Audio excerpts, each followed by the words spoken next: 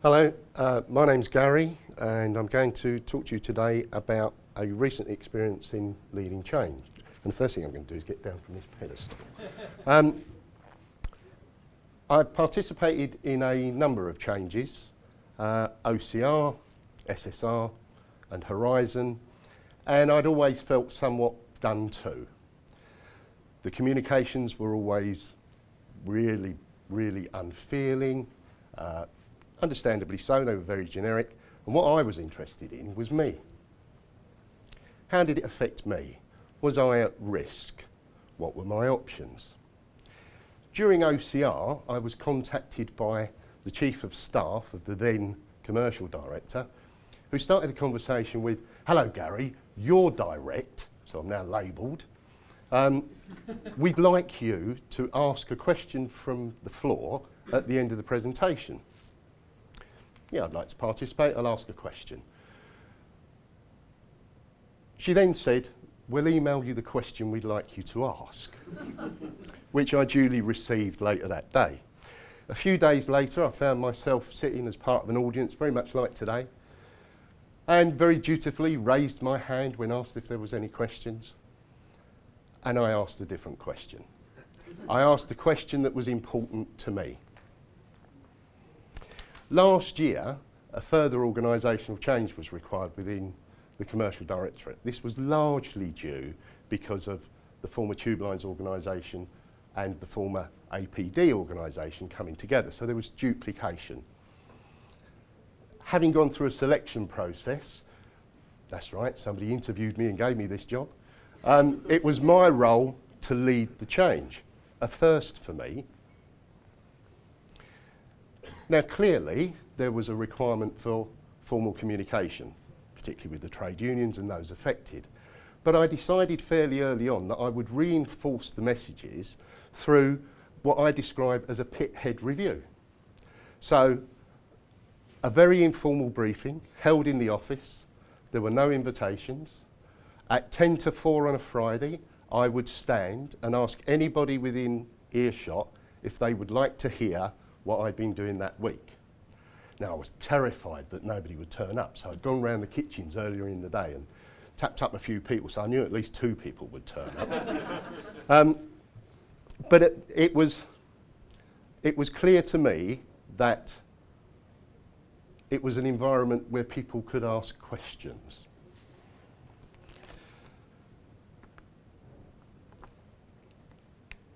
It became clear that the formal presentations, which were usually held within the auditorium of Westbury Circus, and those of you like Steve, for example, you'll know what that is. It was very formal, and if anybody was going to ask a question, it was likely to be the trade union representative, or the same 1 or 2 people. So in addition, I rearranged my diary so that I was in the office more, and I'd go up to people in the kitchens and I'd have the coffee machine chats with them. And it became apparent that some of them actually wanted to talk to me. So I'd ask them back to my desk or arrange to meet them later in the day. Now some of those conversations were very difficult. It was about their fear. Often they would say, "Well, I've been here for years and I've achieved every year. Why am I actually going through this change?" That enabled us to concentrate the conversation on what were the challenges, what was different.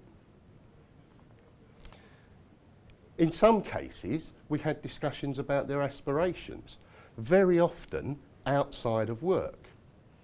One individual raised the fact that they'd always wanted to own a cafe, in Watford of all places.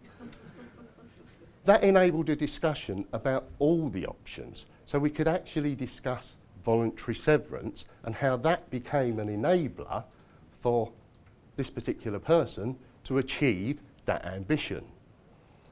I also offered to help with a business plan and a cash forecast that he could take to his bank, which would give the bank some confidence around what he was doing.